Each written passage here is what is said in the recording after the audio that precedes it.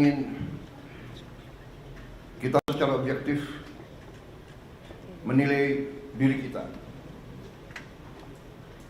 Kalau kita tidak objektif, kita bisa masuk jebakan bahwa kita menganggap diri kita sudah mampu, padahal kita tidak mampu.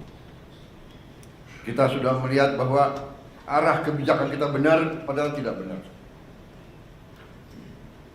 Saya ingatkan agar kita sadar bahwa pemerintahan sebuah republik, apalagi republik sebesar kita, republik yang mewadahi dan menaungi 280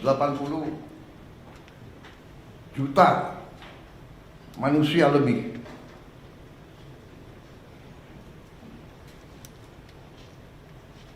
tidak bisa sembarangan. Bisa diibaratkan sebuah pendulum di atas bergerak sedikit, tapi pendulum yang di bawah bergeraknya sangat lebar. Keputusan yang keliru di atas akibatnya tidak mudah bagi mereka yang paling di bawah. Kita harus ingat juga azimut sebuah kompas. Kita deviasi sedikit di awal, setelah kita berjalan beberapa ribu meter bahkan kilometer, itu deviasinya sangat besar. Di awal deviasi kita 1 derajat, di ujungnya sudah menyimpang jauh sekali. Saudara-saudara, dalam memerintah, saya ingatkan kepada kita sekalian bahwa sumber kekuasaan kita, sumber wewenang kita adalah Undang-Undang Dasar Negara Republik Indonesia tahun 1945. Kita sering mengucap itu, kita sering menyatakan bahwa Pancasila adalah dasar negara dan kita selalu mengacu pada itu. Tapi marilah kita jujur kepada diri kita sendiri. Apakah kita benar-benar sudah menggunakan Pancasila dan Undang-Undang Dasar 1945 dengan sebenar-benarnya atau tidak? Karena menurut pendapat saya, Undang-Undang Dasar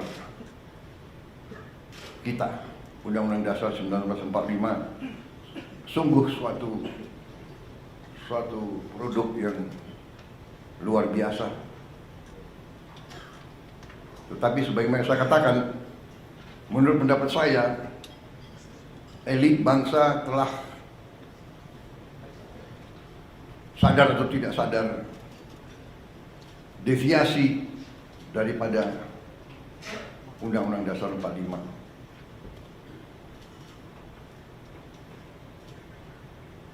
Telah deviasi dalam beberapa hal yang mendasar.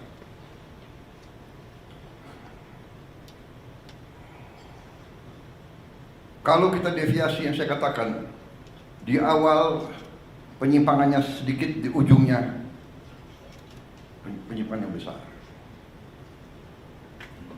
Saya ingatkan bahwa rancang bangun Undang-Undang Dasar 1945 kita luar biasa.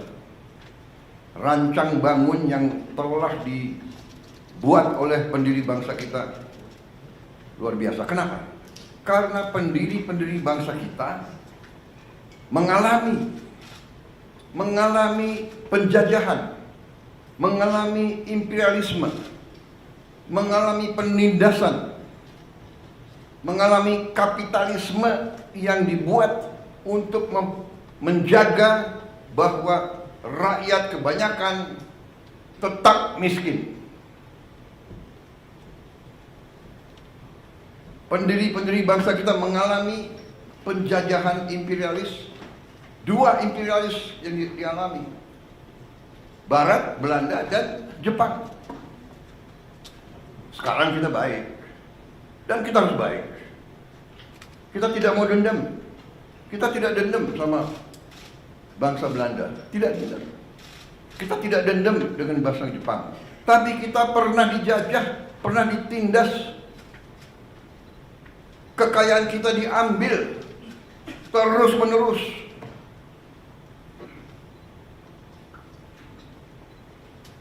Rakyat yang banyak dipertahankan agar tidak menikmati pendidikan, agar tidak boleh ikut dalam perdagangan. Rakyat kebanyakan suruh jadi buruh dengan upah murah, suruh jadi petani dengan penghasilan murah rendah, suruh jadi nelayan. Ini harus kita ingat, saudara-saudara. Dan alhamdulillah kabinet kita memerintah, dan kita harus berjiwa besar, kita harus objektif. Kita bisa lancar begini, kita bisa bagus begini karena transisi pemerintahan berjalan dengan lancar, dengan baik. Saya dibilang apa itu? Presiden boneka, saya dikendalikan oleh Pak Jokowi. Ya, seolah Pak Jokowi tiap malam telepon saya. Saya katakan itu tidak benar. Bahwa kita konsultasi, iya, itu seorang pemimpin yang bijak, yang konsultasi, minta pendapat, minta saran. Beliau 10 tahun berkuasa. Saya menghadap beliau, nggak ada masalah. Saya menghadap Pak SBY, tidak ada masalah. Saya menghadap Ibu Mega, tidak ada masalah. Kalau bisa menghadap Gus Dur, nggak bisa. Bisa menghadap Pak Harto, ya kan? Menghadap Bung Karno kalau bisa. Loh, minta pandangan, minta saran. Pak Jokowi berhasil 10 tahun, orang suka tidak suka. Masalah ijazah dipersoalkan. Nanti ijazah saya ditanya-tanya. Iya kan? Ini ada wartawan banyak ya. Bukan, saudara-saudara ya. Kita ini di mana-mana saya katakan, dunia ini sedang penuh ketidakpastian. Ya. Dunia penuh dengan ketidakpastian. Kita rasakan sekarang. Kita rasakan, kita jujur, kita rasakan. Sekian puluh tahun kita menjadi the good boy. Ya kan? Ada negara yang besar, negara yang kuat. Bilang ke kiri, ya monggo. Bilang ke kanan, monggo. Kita ikut World Bank, kita ikut IMF, kita ikut. Ya kan? Tapi globalisasi, ya kita ikut. Tapi sekarang yang meninggalkan sistem yang mereka bangun, mereka sendiri. Free trade, monggo. Kita bingung jadinya. Yang dibilang Menteri Keuangan sedang di luar negeri ya. Sekarang ekonom-ekonom yang belajar sekian puluh tahun, sekarang harus belajar lagi. Prof, Ya kan? Udah harus belajar lagi. Dan memang kita perlu belajar lagi. Tapi kalau saya kita punya Undang-Undang Dasar 45 yang merancang itu, yang membentuk itu, mereka yang melihat dan merasakan, oh, imperialisme kayak begini, penjajahan kayak begini. Mengalami Belanda, Jepang, mengalami pergolakan 28 tahun kita merdeka, 28 tahun kita merdeka, tidak pernah berhenti dari campur tangan asing. Peristiwa Madiun seolah itu komunis, ternyata yang membawa Musso, Semaun semua itu adalah Belanda. Difasilitasi oleh Belanda. Belanda kuasai Batavia, semua lapangan terbang dikuasai. Bagaimana dia bisa sampai Madiun? Terus DITI, dokumen keluar. Belanda, bahkan bukan DITI, Snoek Hogronya juga Sandi Yuda, intelnya Belanda. Saudara-saudara, ini saya sampaikan terus karena kembali kita punya kekuatan Undang-Undang Dasar 45. Khususnya di bidang ekonomi adalah pasal 33. Kalau disimak, setiap negara yang sedang bangkit punya semacam pasal 33.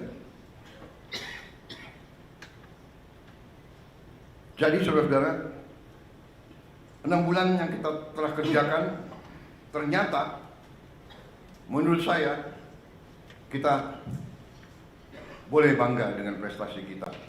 Dan untuk itu saya ingin mengatakan bahwa sungguh-sungguh saya apresiasi, saya terima kasih kepada semua menteri, wakil menteri, kepala badan, wakil kepala badan dalam tim kita, dalam kabinet merah putih.